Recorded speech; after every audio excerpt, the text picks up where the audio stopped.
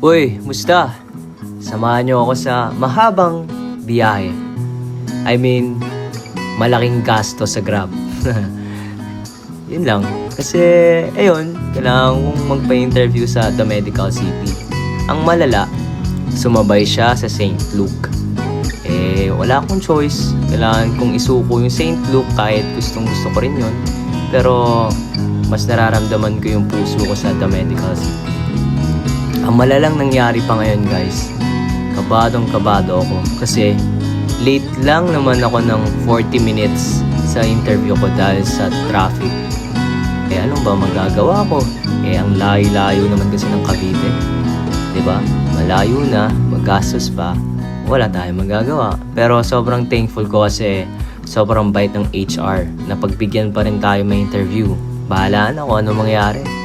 Kung tatanggapin ba ako hindi. So yun, after ng interview ko, syempre balik lang rin tayo.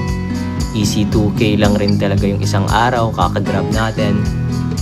Pero masaya naman ako kasi napagbigyan tayo.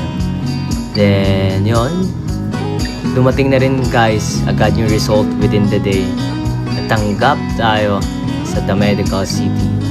And ngayon, I have to think about if this is really it, no? Talaga bang ito na? Pero parang sa puso ko naman at sa prayers ko dito na talaga ako. Tsaka pala, bagong gupit nga pala ako guys. Baka hindi nyo napansin.